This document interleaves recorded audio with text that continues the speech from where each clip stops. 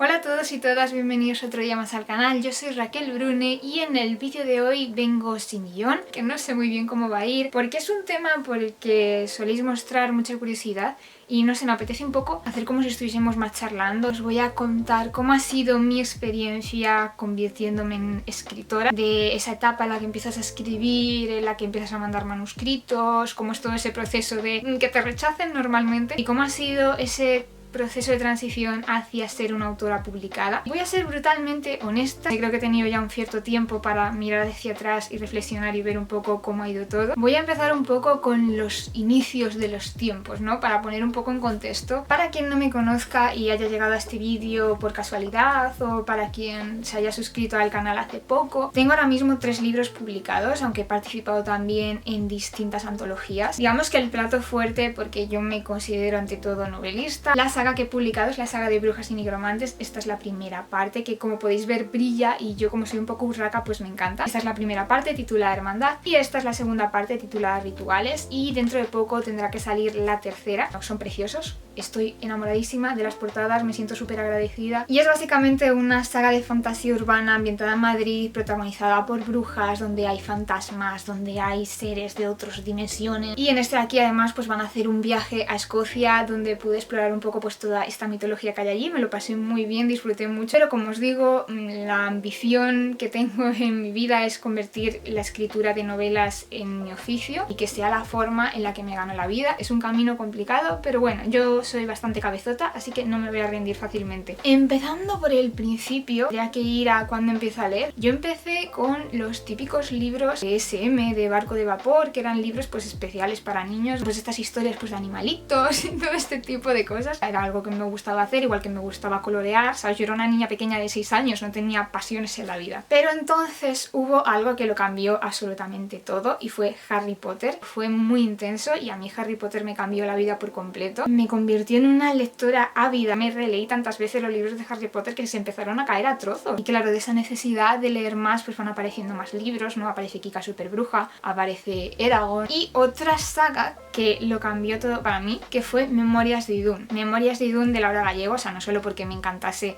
el mundo que creó Laura Gallego y que no sé, me parece que está muy subestimado todo ese world building. Nos quedamos un poco muchas veces con la historia de amor y se nos olvida que esta mujer construyó un mundo entero con distintas razas, con distintos lenguajes, con territorios muy diferentes, con religiones. Y hasta esa época pues había leído, como os digo, libros sobre todo de autores extranjeros. Para mí J.K. Rowling era pues como Cleopatra, era una figura distante y lejana, no te parecía algo real. Y de repente me encuentro con Laura Gallego, que es una chica joven española que escribe libros, que se dedica a escribir libros. Fue lo que me voló la cabeza de, a ver, que yo siempre había sido consciente que los libros los escribían personas. Vaya, a lo mejor puedo hacer esto algún día. A lo mejor cuando me pregunten qué quiero ser mayor, en vez de decir veterinaria, podría decir quiero ser escritora. El hecho de tener ahí esa figura, ese faro, pues para mí fue muy importante. Y luego aquí vinieron rachas, ¿no? Yo tuve una época en la que yo tenía clarísimo que yo iba a ser escritora. Yo le decía a todo el mundo que iba a ser escritora, yo le decía a todo el mundo que estaba escribiendo un libro y le contaba a todas mis amigas la trama de que iba a ir el libro, que luego por supuesto nunca escribía. Un verano, gracias precisamente a una entrevista que vi de Laura Gallego en la que ella decía que solía escribir o muy temprano por la mañana o muy tarde por la noche porque no soportaba las interrupciones. Y yo pensé, voy a hacer eso. Me dediqué a levantarme todo el verano a las 7 de la mañana para ponerme en el ordenador. Había un ordenador gigante para toda la familia, me ponía ahí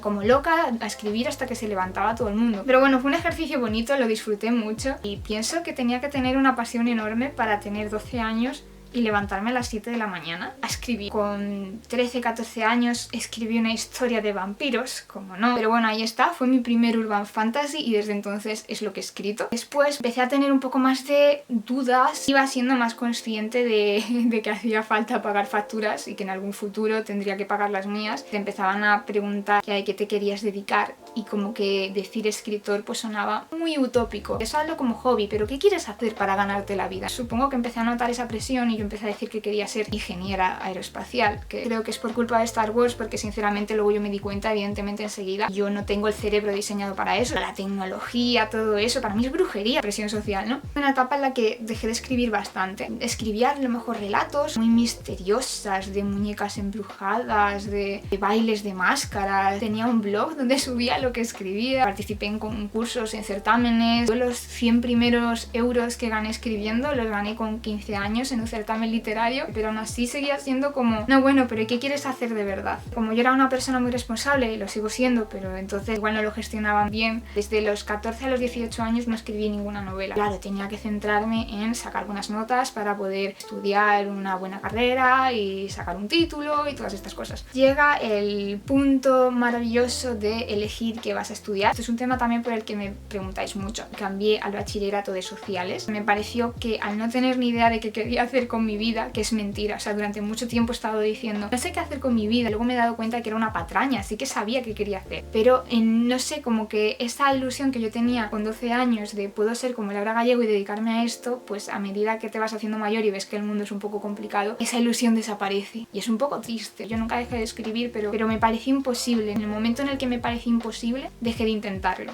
Elegí sociales porque me pareció que al no saber qué hacer era lo que más opciones me daba. Decidí estudiar una carrera de publicidad y relaciones públicas, que me parecía que iba a ser algo creativo y que tendría que ver con comunicación, y algo más práctico, más serio, administración y dirección de empresas. Durante un tiempo he llegado a arrepentirme, a lo mejor hubiese sido mejor estudiar publicidad. Sí que me ha ayudado mucho a la hora de plantear ideas y de desarrollarlas, todo lo que aprendí. Y pensaba que a lo mejor la parte de ADE pues me había sobrado más, pero ahora mirándolo en retrospectiva, creo que también estudiar administración y dirección de empresas me ayudó un poco a saber cómo gestionar mi propio negocio, entre comillas, porque cuando te dedicas a escribir y cuando eres autónomo y demás, también tienes que gestionar un montón de cosas que tienen que ver con la parte de la economía. Todo lo pasado creo que en realidad no me arrepiento, creo que me ayudó bastante. Si estáis viendo esto, os gusta escribir, tenéis muy claro que queréis escribir, es el momento de decidir qué estudiar o si estudiar o no. Es que es una decisión muy personal, no hay un solo camino. Hay gente que sin haber estudiado ninguna carrera, como Neil Gaiman, lo ha conseguido. Hay gente que ha estudiado carreras que no tenían nada que ver y han acabado siendo escritores igual. Y hay personas que estudian filología para conocer la historia de la literatura, conocer el castellano, y luego lo aplican o luego no. En fin, no hay un solo camino. Yo en mi caso me decidí por una carrera práctica, que es la publicidad, que al final lo que te enseña es hacer cosas y entender la creatividad. Yo sí que os diría que viendo que esto es muy complicado, estudiéis y os forméis, porque estar preparado y aprender cosas sí que te pueden ayudar, no tanto por el título, porque yo todavía no he ido a recoger mi título sigue en mi universidad. Algún día irá por él, no lo sé, de momento lo que es el papel no me ha servido de nada, pero todo lo que aprendí lo he aplicado. Yo sé que os diría esto, que os centréis en aprender y en formaros, y también por vuestra parte, no por vuestra cuenta, que es cuando viene otra de mis etapas. Intenté buscar formas de aprender sobre escritura por mi cuenta. Empecé a leer mucho, a leer libros, a ver cursos online, a leer blogs sobre técnicas de escritura, sobre cómo escribir, sobre cómo planificar un libro. Ahí fue cuando volví a escribir un poco más en serio. Escribí una novela breve, entre 60 y 80 páginas, una historia distópica. Más adelante ya se me ocurrió una idea para una novela y la escribí y vuelta a empezar. La mandé al concurso de SM, porque Laura Gallego ganó el concurso de SM. Para mí siempre ha sido un faro su trayectoria. Yo decía, digo, bueno, pues lo voy a intentar. Y no, ya os digo yo que no. Escribí ese primer libro, era también ambientado en el mundo real, pero un poco extraño. De hecho, esa idea me gusta bastante, así que algún día igual busco cómo enfocarla de otra forma, porque era muy guay. Pues seguí escribiendo más libros. He perdido un poco la cuenta, si os digo la verdad. Escribí mucho, escribí a lo mejor 2 o 3 libros al año. Tenía turno de tarde en la universidad antes de irme a clase todas las mañanas. Me sentaba y escribía. Fue como algo muy especial volver a escribir novelas, pero aún así yo seguía preguntándome, ¿qué hago con mi vida? No sé qué hacer con mi vida. Me empeñé en que quería ser copy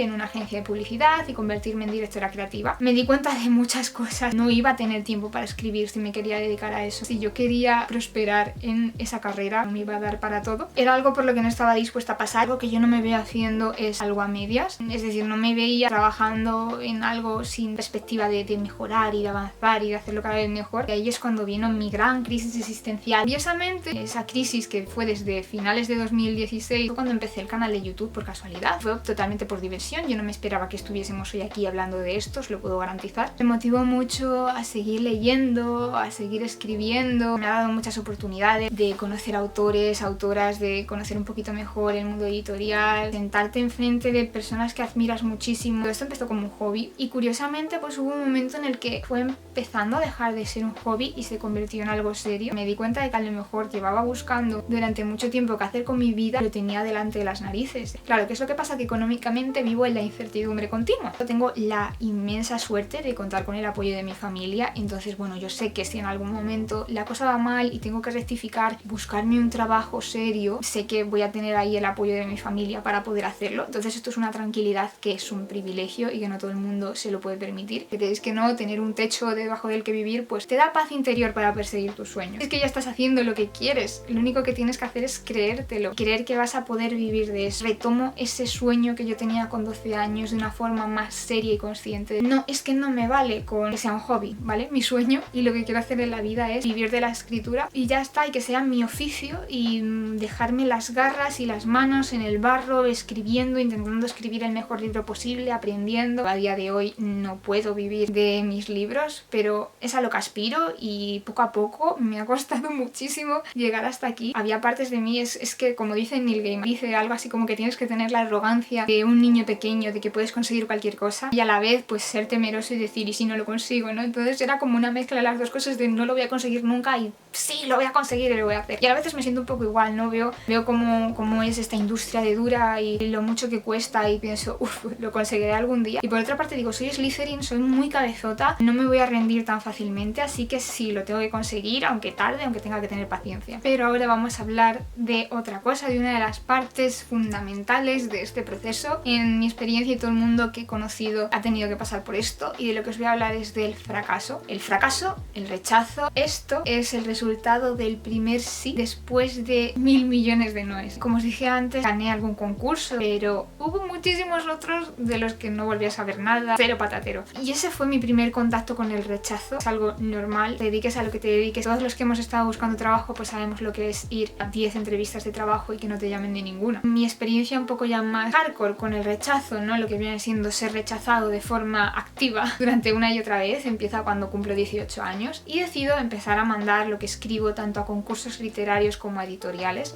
Hay un montón de concursos literarios ahí fuera por si os interesa buscarlos porque es muy buena opción. Y por otra parte, pues otra forma de acceder a ser publicado es directamente contactar con las editoriales y mandarles una propuesta editorial. Yo he mandado muchas propuestas editoriales a muchas editoriales a lo largo de mi vida, he perdido la cuenta. Tengo guardados muchos de los mails de rechazo que recibí, un poco así a modo de recordatorio, pero es que no sabría deciros cuántas veces me han podido decir que no en total. Yo lo que hacía es que la novela que tenía pues la intentaba arreglar un poquito y la mandaba a las editoriales tal y como pedían en su página web. Yo tenía información que sacaba de blogs de cómo mandar tu libro a las editoriales, que te explicaba lo que era una carta de presentación, que te explicaba las distintas partes de una propuesta editorial. Tenía como 80 millones de archivos y de carpetas distintas para mandarlos y era una locura. Buenecita de mí, hacía tal cual todo paso a paso como me pedían y yo creo que era soporífero. Entonces una de las cosas precisamente para las que me sirvió estudiar publicidad fue para decir, vale, está claro que el producto que yo estoy ofreciendo, yo no sé si el libro es bueno o no, pero con las propuestas editoriales que estoy mandando es que no creo ni que se lo lean porque dirán,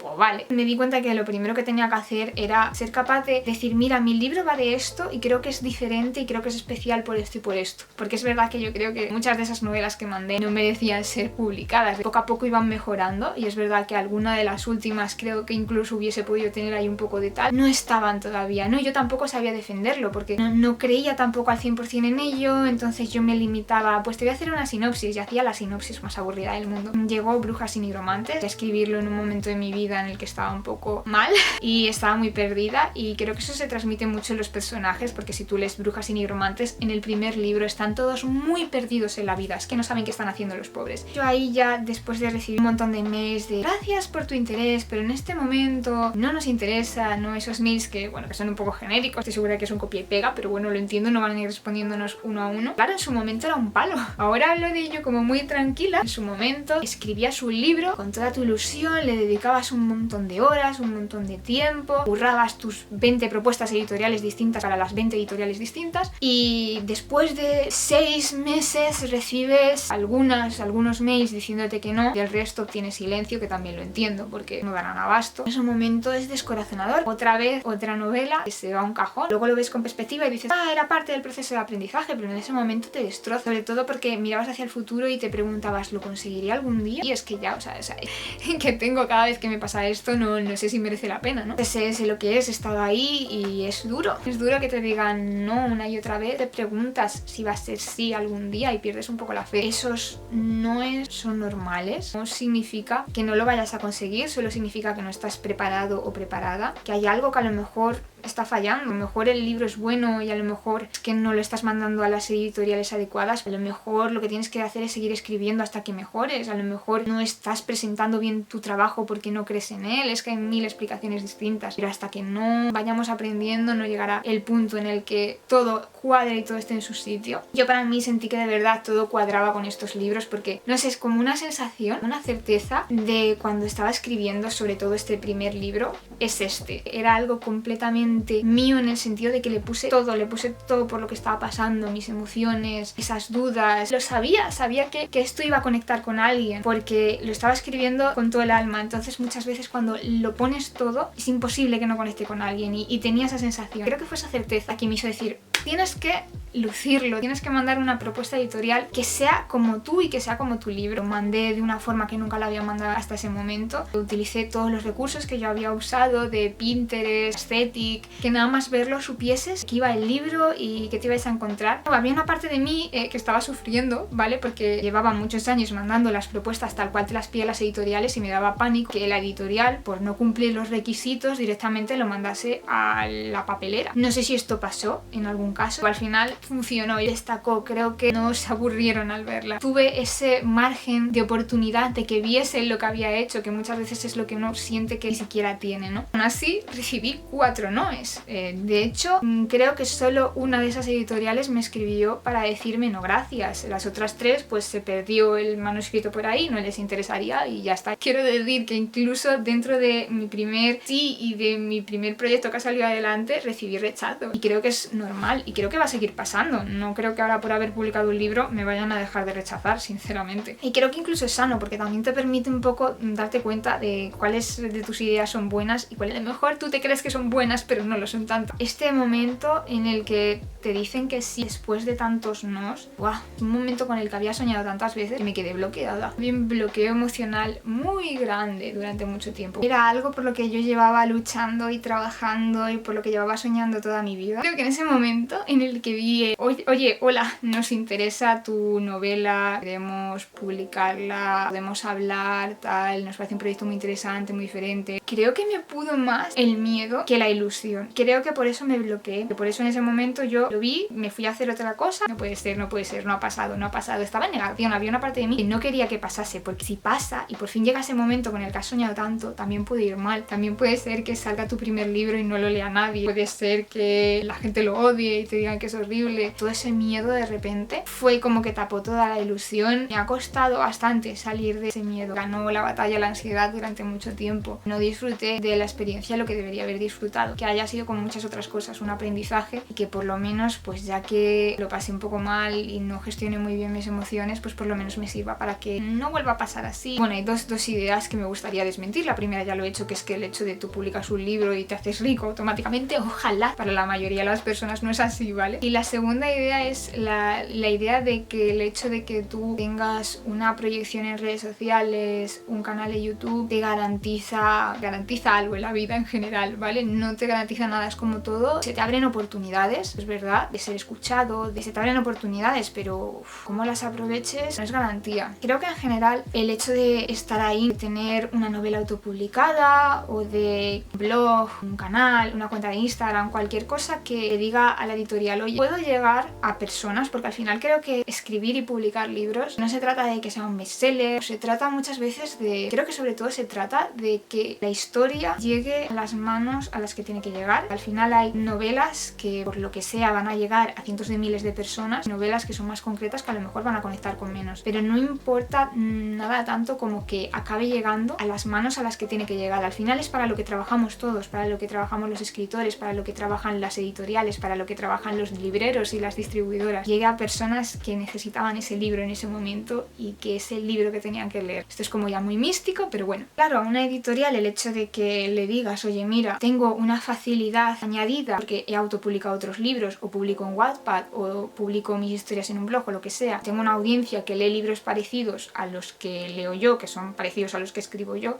siempre va a hacer que estén más dispuestos a decir cuéntame qué tienes, porque es una cierta tranquilidad saber que hay una facilidad añadida para que el libro cumpla su propósito, pero que te den la oportunidad de ver lo que has hecho no te garantiza que les guste, ¿vale? Y al final es una puerta que derribas, ¿no? Es una puerta menos, pero no te garantiza nada. Yo con un libro publicado que estaba yendo bien, creo que el verano pasado, que fue cuando ocurrió esto, tenía cerca de los 100.000 seguidores en YouTube. Yo he recibido noes a proyectos que he propuesto a personas con las que trabajo normalmente, con las que tengo una relación cordial. Y me ha hecho replantearme, como os digo, que a lo mejor pues ese proyecto que me han dicho pues a lo mejor no era un buen proyecto. Da igual el número de seguidores que tengas, que si el proyecto no cuadra con la editorial, que si no es el momento, que si no es lo bastante bueno, te van a rechazar. Es que te van a rechazar siempre. Es un arma de doble filo tener una cierta proyección pública y una cierta presencia en redes antes de publicar tu libro. El lado positivo, tienes la inmensa fortuna de tener a personas escuchando que te van a dar la oportunidad de que tú les cuentes, como estoy haciendo ahora, tu historia y tu proyecto y decir, oye, pues me interesa o no me interesa, al menos te han escuchado. Es una suerte, también es el fruto de muchos años de dedicación y de trabajo, pero no deja de ser una suerte y algo por lo que estoy tremendamente agradecida. Por otra parte, tienes el doble filo de todas las personas que te van a odiar. Tenemos haters y tenemos personas que no les hace gracia que te vaya bien, no les hace gracia. Y también hay muchas personas que por el hecho de decir, ¡buah! A esta le han publicado el libro porque tiene muchos seguidores, seguro que es una basura y tal y cual, ¿no? Ya bastante nos prejuzgan por ser jóvenes, muchas veces también nos encontramos con prejuicios por ser mujeres. Si te publican en juvenil, tienes los prejuicios contra la literatura juvenil. Yo además vengo con el prejuicio añadido de tener un canal de YouTube y de ser youtuber, que también hay muchas personas que piensan que los youtubers pues somos gente idiota y gente estúpida y yo qué sé, no sé, los prejuicios, como os digo. Tengo muchas anécdotas con este tema. Ha sido un poco un sube y baja de emociones, porque además es que cuando empezó todo esto yo no tenía garantizado tampoco que fuese a ser una trilogía. Yo tuve la fe inamovible de que todo iba a ir bien y de que se iba a poder continuar con la saga, con las 3 partes que yo tenía en mente, y por suerte la editorial ha estado receptiva a medida que yo iba hablando de bueno, es que tiene más continuaciones, pues podemos empezar con una biología a ver qué tal, y yo, bueno, vale, iba avanzando el tiempo y yo decía, bueno, pero es que en realidad creo que van a ser 3, y que todo eso fuese ocurriendo dependía mucho también de cómo se recibiese el libro, de si se recibía bien y tenía lectores, dependía mucho de eso. Entonces bueno, yo desde el principio tenía un poco de cacao mental entre toda esa presión de que era mi primer libro y quería que saliese bien. Yo estaba trabajando desde hacía tiempo en las 2 siguientes partes, ¿no? Si hubiese sido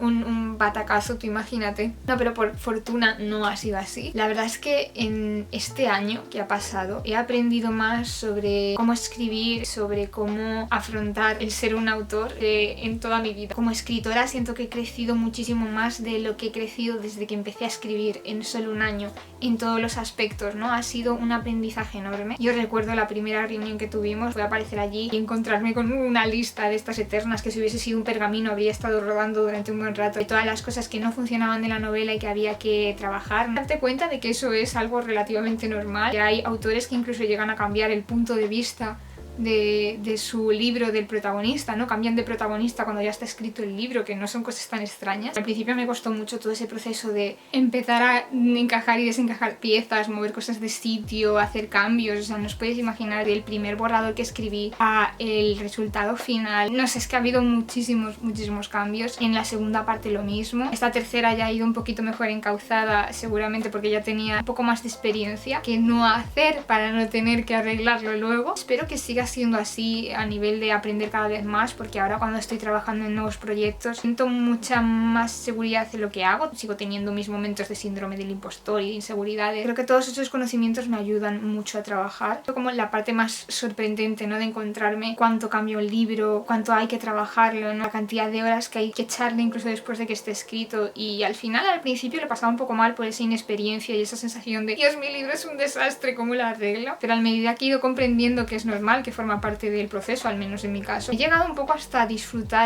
bueno, ya tengo el borrador, ahora voy a ponerlo bien. Luego después de eso pues ya vino trabajar en la portada, vino ir pensando cómo iba a ser la gira, cómo iban a ser las presentaciones, un montón de nervios como os podéis imaginar. Sobre todo ahora mirando hacia atrás me hubiese gustado no tener tanto miedo y no pasar tanta ansiedad. Fue difícil en ese aspecto, mi mente tiende a ir por su cuenta a veces y a ser muy catastrofista. Son dos lados de mí tirando continuamente hacia un lado, uno que dice que todo va a ir mal y otro que quiere tener fe y que no se va a rendir y que intenta ser optimista. Es siempre una lucha y durante esos primeros meses ganó claramente el lado negativo y el miedo. No contaba tampoco esto en ningún sitio, me sentía como un poco ingrata porque estoy cumpliendo mi sueño, estoy haciendo algo que tantas personas querrían hacer y que están trabajando para conseguirlo. Yo lo tengo y he llegado hasta aquí, ¿por qué no lo estoy disfrutando? En vez de sentirme agradecida porque me siento miserable. Es una sensación horrible la de decir he cumplido mi sueño y en vez de hacerme feliz me está haciendo sentir una desgraciada. Yo creo que si esto te ocurre hay dos opciones: que te hayas equivocado y ese no sea tu camino, o que necesites cambiar desesperadamente la forma en la que es las cosas. Yo el síndrome del impostor me golpeó muy fuerte, la sensación de que nada de lo que hacía valía nada, ¿no? Estoy segura que a muchos autores y autoras les pasan, nos tenemos que enfrentar a una cosa que son las reseñas. Bueno, yo me he dado cuenta de que yo no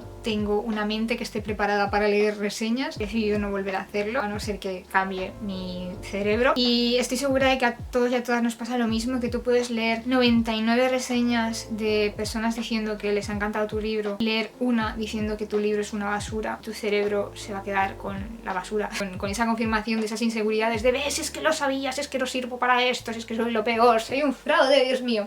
Y así es el cerebro humano, no solo el mío, en general funcionamos todos así, ¿no? Es una cuestión de supervivencia. Evidentemente, a medida que vaya pasando el tiempo, yo creo que mis libros van a ir mejorando, yo cuento con eso, habrá libros que puedan gustar más, libros que puedan gustar menos, pero yo a medida que trabajo cada vez, digamos que bueno, pues vas desarrollando tus trucos, cada vez sé mejor cómo trasladar lo que hay aquí al papel, que es lo que me parece que es lo importante, y hacerlo de forma que esa historia sea la mejor versión posible de lo que es, sacarle todo el jugo. Para mí eso es lo importante, no sé, yo sé en lo que me quiero centrar. Me di cuenta de que casi no iba a ningún sitio. Si yo escribía preocupándome por lo que iban a decir los demás, nunca iba a disfrutarlo, ¿no? Ese fue, claro, fue el mayor cambio, fue pasar de escribir para mí a escribir para miles de personas. Sigo trabajando en esos miedos y en esas inseguridades de que tenía que recordar el motivo por el que escribo, contar la historia que yo llevo dentro, intentar ser lo más fiel posible a ella y que llegue a las manos adecuadas. Si tuviese que resumir toda esta experiencia más allá de lo que es trabajar en el libro, lo que es verlo publicado en las estanterías junto a libros de autores y autoras que respetas muchísimo y que admiras un montón, poder ir a las firmas de libros, a la feria de Madrid, la feria del libro de Madrid, fue increíble porque era uno de los sueños que yo tenía pendientes, poder viajar por toda España, ir a San Jordi, no sé, ver que hay gente que va a las presentaciones, que yo era algo que me daba mucho miedo, ¿no? Y encontrarte con personas que les ha gustado lo que has hecho y que te apoyan y que les ilusiona casi igual que a ti o incluso más. No sé, es que es increíble, es surrealista, es muy bonito. Pero como os digo, es muy surrealista porque hay un momento en el que no te parece real, ¿no? Decir, estoy presentando un libro en una librería a la que he venido un montón de veces a ver presentaciones de otras personas. Estoy viendo mi libro aquí en una estantería, ¿no? Y como os digo, al final también te quedas sobre todo con todo ese apoyo que recibes de libreros, de compañeros, de blogueros, de bookstagramers, de lectores y lectoras. No sé, como os digo, es bonito y muy loco, muy, muy, muy loco. Me apetece hablar del futuro, ¿no? De los proyectos que tengo entre manos. Pues tengo Equilibrio, la tercera parte que tiene que salir dentro de poco. El proyecto M, que espero dentro de poco también contar un poco el título completo de esa M de qué es. Y espero que pueda salir lo antes posible también. Tengo el proyecto Tierra. El proyecto Tierra, vale, hasta ahora pues todo lo que he escrito es fantasía urbana o con algún punto de paranormal, pero todo ambientado en el mundo real. Y esta va a ser la primera vez que haga un high fantasy con un mundo completamente ficticio. Es que va a ser demasiado. Me estoy complicando mucho la vida. Yo podía haber escrito algo sencillito, pero no, ella tenía que hacer un high fantasy, además una novela río, ¿no? Con un montón de tramas que luego van a confluir y me estoy volviendo un poco loca. Creo que va a ser un proyecto a largo plazo porque va a ser mucho, es ambicioso y me va a llevar tiempo, así que no sé, seguramente escriba cosas entre medias. Tengo pensada ya una... no es una continuación de Brujas y Nigromantes, es algo aparte, con personajes aparte, con trama aparte. Es verdad que esos personajes tienen una conexión con la trama original, pero son completamente independientes, un poco como sería Is de Cuervos al universo de la trilogía de Grisa. Es que me parece que hay tantas cosas que contar en el mundo de Brujas y Nigromantes y me apetece seguir ambientando novelas en la actualidad y creo que voy a compaginarlo. Seguramente se llame el Proyecto S. Es Proyecto S de algo, ¿vale? Pero es que es muy obvio si digo la S de qué es, que yo podría ponerle nombres más ambiguos, pero no, yo pongo nombres súper literales de lo que va el libro y luego no puedo contarlo porque claro. Entonces sí, Proyecto S. Espero ir encontrando los momentos para escribir todo esto, para compartirlo y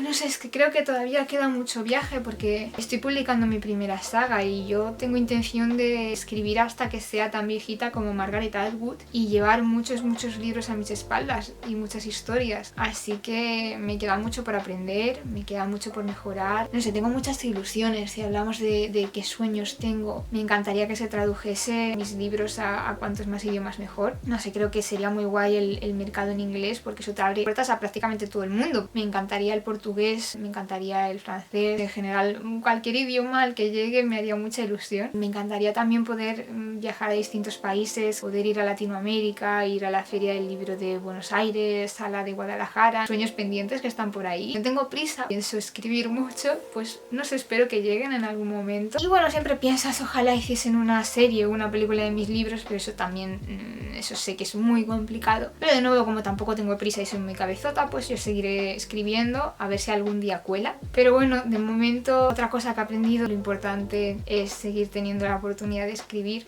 y seguir llegando a los lectores, que esto lo digo siempre y queda como muy cursi, pero es que es verdad, es que el poder realmente lo tienen los lectores y las lectoras, porque al final son los que deciden cuando apoyan o no un libro, si hay continuación, si ese autor sigue publicando, si ese libro llega a más países. Al final estamos en manos de eso y no sé, quiero que sepáis el poder enorme que tenéis, que cuando compráis un libro, lo recomendáis, le decís a vuestros amigos, oye, léetelo, habláis de él en redes, al final lo que conseguís es que las personas que estamos soñando detrás de todo esto veamos cómo nuestros sueños se hacen realidad. Lo único que espero es que a cambio lo que yo escribo os haga pasar un buen momento, que os saque sonrisas, que os haga sentir un montón de emociones, que os haga pasar miedo, que os haga pasar tensión, que os haga pues a veces llorar y sufrir un poco, evidentemente, si no, ¿dónde está la gracia, no? Que os enamoréis de tal personaje, que este otro os caiga fatal, que os sintáis identificados con temas de los que se hablan. Al final es lo único que espero, que eso que tengo que contar llegue al otro lado. Hasta ahí el vídeo de hoy, espero que os haya gustado. Sé que ha sido un poco largo, un poco diferente a lo que suelo subir. Normalmente a mí me suele gustar un poco conocer las historias de las demás personas, sobre todo las que se dedican a escribir, ¿no? Y ver un poco cómo ha sido su experiencia, cómo han llegado hasta ahí, porque suelo aprender bastante. Espero que esto que os he contado pues sirva a algunas personas, no sé, para lo que sea que sirva. Yo creo que me queda muchísimo por aprender y que esto solo ha sido pues el primer paso y todo lo que he tenido que hacer no hasta llegar hasta aquí. Ahora mismo me siento ilusionada. Si tengo todos estos proyectos, me apetece escribirlo, me apetece sacarlos adelante, me apetece seguir creciendo, me apetece seguir aprendiendo y creo que eso es lo más importante y sobre todo espero eso, algún día poder llegar a vivir de la escritura y que sea mi principal profesión, porque ahora mismo pues lo tengo que compaginar. Pienso seguir trabajando para conseguirlo. Estoy segura de que voy a meter también mucho la pata por el camino y que voy a aprender mucho y que va a haber momentos geniales y momentos que no tanto, que forman parte del viaje. Muchas gracias por ver este vídeo, espero que os haya gustado. Nos vemos en el próximo vídeo del canal. Chao, chao, chao.